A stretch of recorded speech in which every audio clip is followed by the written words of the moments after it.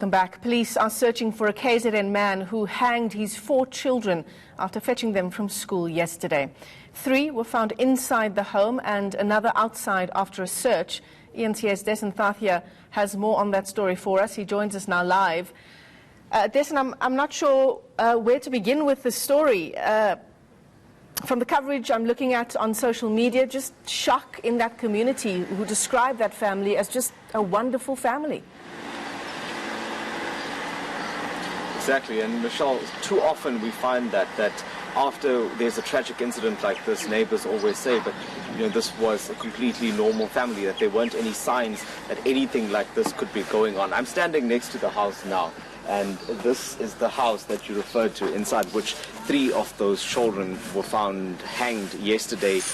The eldest of the children, the 16-year-old girl, her body was found in a bush not far from here, and we believe that the father of the child had picked her up, and police say he allegedly killed her there and killed the other children here.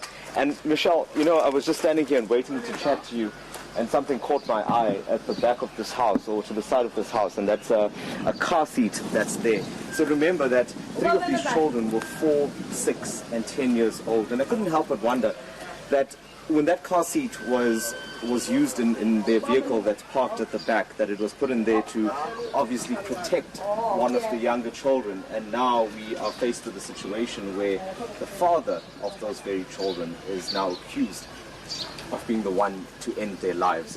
It really is a horrible story, and it's shaken this community.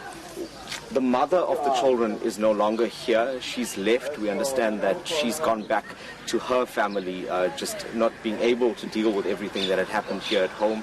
The community as well says that they can't believe that this has happened, and I did spend some time talking to the neighbors on either side of this house. So, Desan, I take it the father is now in police custody. Perhaps just give us a sense of how we came to find out what horror had unfolded in that house that you're standing next to there.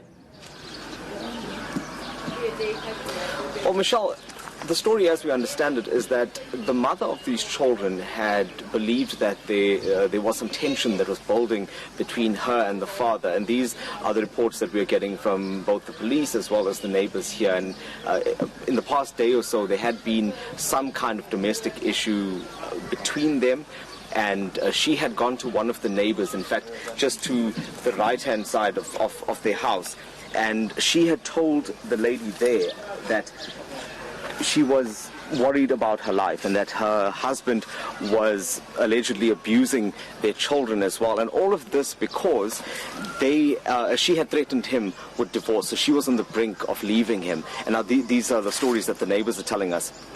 And it was at that point when the mother was here, it seems that while she was looking for help from the neighbors, the children inside the house had already been killed. The mother had fortunately contacted the police prior to this and prior to going to the neighbor's house, so they were already in the loop. But unfortunately, when they had arrived here, these children were already dead and the father was on the run.